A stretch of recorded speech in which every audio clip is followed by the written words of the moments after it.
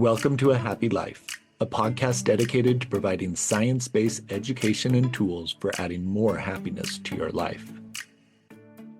Hi, everyone. I am Dr. Joshua Swift, professor of psychology at Idaho State University, licensed clinical psychologist, and author of Becoming Happy, a guide to self-care and holistic well-being. On today's episode, we are going to talk about the principle of gratitude. Perhaps you have heard of the phrase, an attitude of gratitude before. Well, in this episode, we will explore the relationship between adopting such an attitude and happiness, as well as discuss some strategies for increasing gratitude in your daily life. But first, let me just remind you to hit subscribe or follow below so you never miss any of our future episodes. And please share with others. Now, gratitude is typically defined as 1, experiencing a positive emotion, 2, recognizing that there is a benefactor associated with that positive emotion, and 3, wanting to do something to help that benefactor in return. Well, this is the commonly held definition. Others have given slightly simpler definitions, suggesting that we can feel a general sense of appreciation for good things without identifying a specific source for the good. Now, this experience of appreciation has long been considered to be a moral virtue. Religious texts and philosophers throughout the ages have talked about the importance of gratitude. And social etiquette in most cultures generally requires people to express appreciation in some way when someone does something good for them. But gratitude is more than just a moral ideal. It is something that we feel that is associated with actual neural changes in the brain. Using functional magnetic resonance imaging methods, researchers have identified specific areas of the brain that are activated when people experience gratitude. Across these studies, the areas that seem to be activated the most are those that are associated with the forming of social bonds, moral cognition, and perspective taking. So, at a neural level, gratitude is something that keeps us together as social beings. Now, consistent with that idea, further research has suggested that there is a link between gratitude and one of our 4 happy hormones, oxytocin. Oxytocin is considered to be our love hormone, the one that draws us to social connections. And since social connections are important across the lifespan, one might guess that we can develop a sense of gratitude at a very young age. After all, as infants, we are dependent on others for everything. Now, while very little children can be taught how to say thank you, they don't always understand what that phrase means. A certain level of brain development is necessary in order to actually experience gratitude. For example, children have to be able to have some metacognitive awareness of their own feelings and be able to recognize that there is a difference between good and bad actions. Now, these abilities usually develop to a point where a child is able to have at least a rudimentary sense of gratitude by age 5. Now, these studies that have been conducted with young children have been really interesting. Some of them have taken the form of vignettes, where children are told stories about something good happening to someone else. And at age 5, but usually not before, the children can recognize positive feelings that the beneficiary might experience, and in turn indicate that the beneficiary should try to do something to express appreciation to the benefactor. Other studies have given children a prompt, saying that a certain person is feeling very grateful. The children are then asked to tell a story for why that person is feeling grateful and what other feelings they might also experience. Again, by age 5, but usually not before, children are able to tell stories that make sense and correctly identify associated positive emotions. Now, as we age, the existing research suggests that our experiences of gratitude also tend to increase. For example, in one study, researchers examined the words used in status updates for nearly 75,000 Facebook users. From adolescence to older adulthood, as people got older, they more frequently used words such as blessed, thankful, grateful, and lucky in their updates. And in another study, the researchers collected survey data from over 30,000 participants, asking them to report on their experiences of gratitude using standardized questions and measures. Now, they similarly found a clear linear trend suggesting that older adults experience more gratitude than younger and middle-aged ones. And then one other massive global study that included data from 4.5 million participants also found this linear pattern between age and gratitude, except for a slight dip in the oldest age group as people started to experience more health problems. Now, some have hypothesized that older adults experience more gratitude due to an increased motivation for maintaining meaningful social relationships. As we age, we become more cognizant of the fact that our life will one day end. And this recognition usually leads to valuing meaningful events over novelty, curiosity, and exploration. This reminds me of my grandpa, who lived to the age of 100. When he was younger, he and my grandma traveled the world to see and experience new things. But as he grew older, the familiar became more comfortable for him.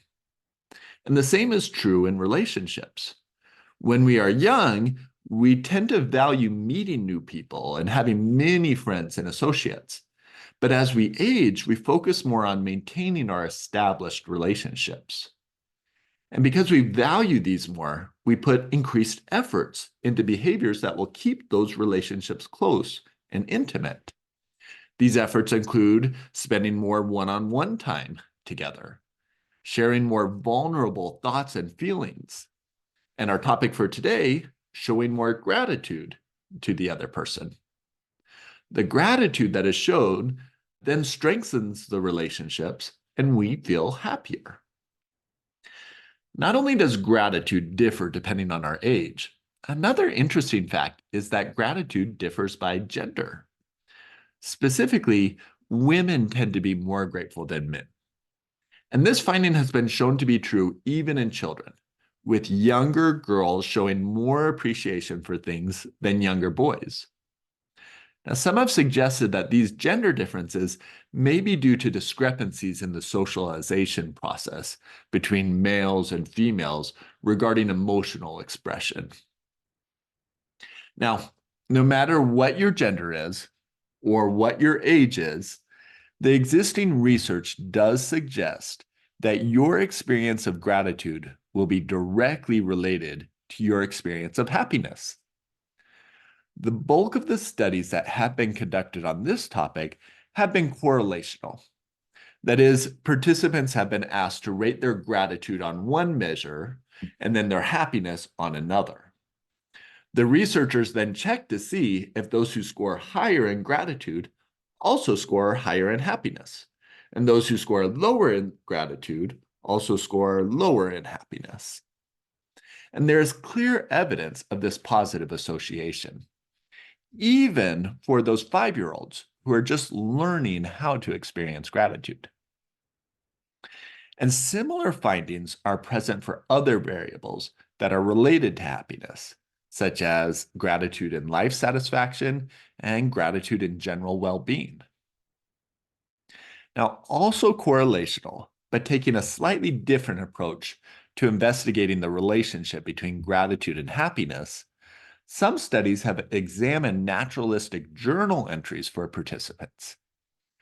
In these studies, entries that evidence some level of gratitude also suggested more happiness.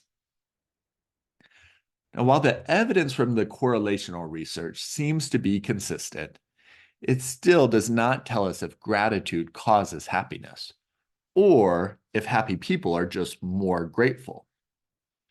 Unfortunately, several experimental studies have tested the causal effect. The most well-known of these studies was published back in 2003 by Robert Emmons out of the University of California, Davis, and Michael McCullough out of the University of Miami. In their paper, they reported the results of 3 studies where participants were randomly assigned to various gratitude or control conditions.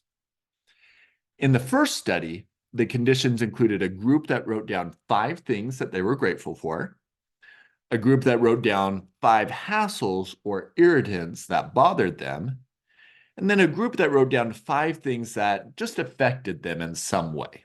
They didn't specify positive or negative. Participants did this once a week for 9 weeks, while they also regularly completed measures of happiness. And the researchers found that those in the gratitude condition rated their life as a whole more favorably than those in the other 2 groups. And they also reported more optimism for the upcoming week and fewer physical complaints. Now, building on the results from the first study, in the second study, the researchers wanted to test whether a more time-intensive intervention could also produce positive results. So in study 2, they had participants complete this list once a day for 2 weeks. The gratitude and the hassle conditions were the same in the second study, but they changed this third condition to make it so participants listed ways that their life was better than others. This condition was designed to mimic some of the elements of gratitude without specifically mentioning that construct. Now, in this study, they found that those in the gratitude condition experienced more positive moods than those in the hassles condition, but not the social comparison one. But again, the social comparison condition likely produced some elements of gratitude and appreciation in the participants. So in the third study, they just had a gratitude list condition where they wrote down the things they were thankful for once a day for 3 weeks, and a control condition where no lists were made at all. And as predicted, participants in the gratitude list condition reported significantly more positive moods and significantly fewer negative moods than those in the more natural control condition. So since the publication of Emmons and McCullough's study, many others have replicated the results with different populations and with different types of interventions designed to produce gratitude. Now, although there is some variation in the results from one study to the next, as expected, the consensus across these studies is that when the intervention is effective at inducing gratitude, it is also effective at producing positive well-being, life satisfaction, and happiness. The results from these studies have clear implications. If you want to be happier, increase the gratitude that you experience and express in your life. But how exactly do we do that? Well, several simple activities have been tested and have been shown to be effective across numerous studies. You could try any one of these. They include writing a list of 3 to 10 things you are grateful for on a daily or weekly basis, listing the things you are thankful for and writing out the causes of those good things, regularly keeping a journal just focused on positive things you experience in your life, writing a letter to someone to express gratitude, pondering for a few minutes daily over things you are thankful for, and verbally expressing appreciation to others, either in person, through prayer, or over the phone. Now, oftentimes we link gratitude with an expression of saying thank you in some way, and including this component may have additional benefits. But the research has shown that the expression of appreciation doesn't have to occur for one to feel happier. For example, In one study, the researchers randomly assigned psychotherapy clients to one of three conditions. In addition to their regular psychotherapy sessions, participants in the gratitude condition wrote letters of appreciation once a week for 3 weeks. In the second condition, participants wrote about their deepest thoughts and feelings about negative events, also once a week for 3 weeks. And the third condition didn't do anything. Now, those in the gratitude letter conditions showed significantly greater improvements in their mental health compared to the other two conditions, even up to 12 weeks after the writing had ended. The interesting part is only about 20% of the participants in the gratitude condition sent their letters. So just the act of thinking about it and writing it down had positive effects, even without sharing it.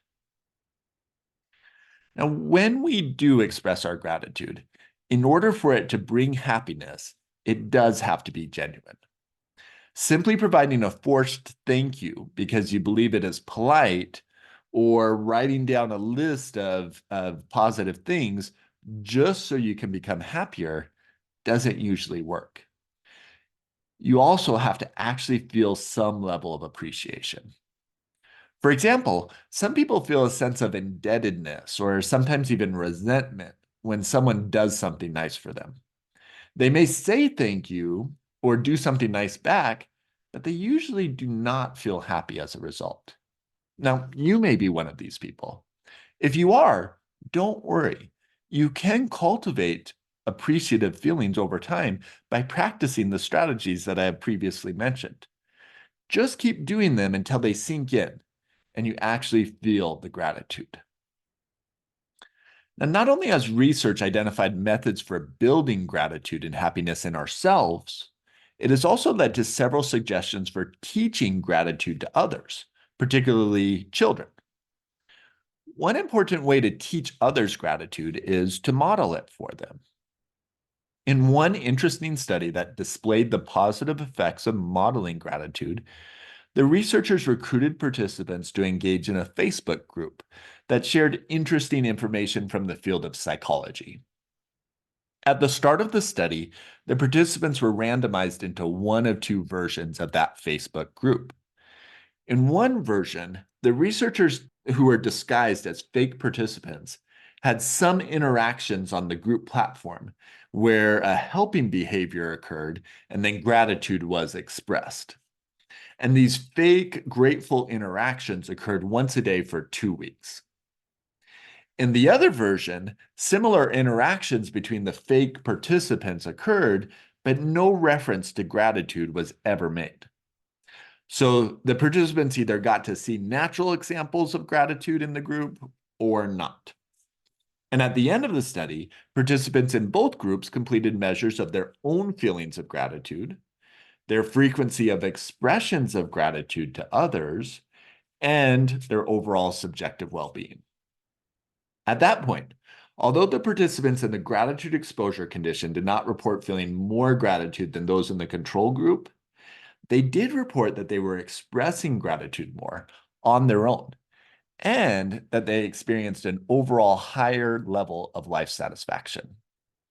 So even if you have a hard time feeling gratitude in your life, if you surround yourself with grateful people or even grateful content, it can also give you a boost of happiness. The second recommendation is to spend time actually teaching or prompting others to express gratitude. In one study that included 101 parents of 6 to 9-year-olds, the researchers had the parents complete diaries each day for 1 week, endorsing the amount of time they spent with their child, any displays of gratitude by the child, and any specific efforts to teach the child gratitude. Now, not surprisingly, those parents who reported more times teaching gratitude also reported more times observing gratitude in their children. But parents were not just uniformly good or bad at teaching their children about gratitude. Each parent had their up days and their down days. So on days when the parents did better than their personal average, they noticed even more gratitude expressions in their children. And on days when the parents did worse, they noticed less gratitude in their children. So a parent's efforts to improve their own modeling of gratitude and their instruction to their children on being grateful can go a long way to help children learn how to feel and express appreciation on their own. Third, parents can help children learn to express gratitude for specific things.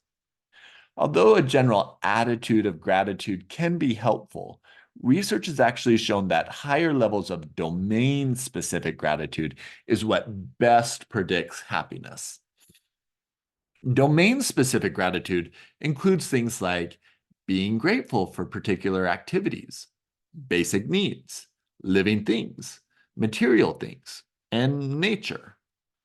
The more children express appreciation for these things, rather than just identifying themselves as being grateful, the happier they were.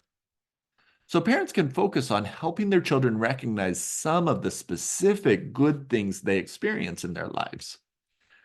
And this research in particular has shown that of all the domains, gratitude for living things is the best predictor of happiness. This includes gratitude for family, other relatives, friends, teachers, and even pets.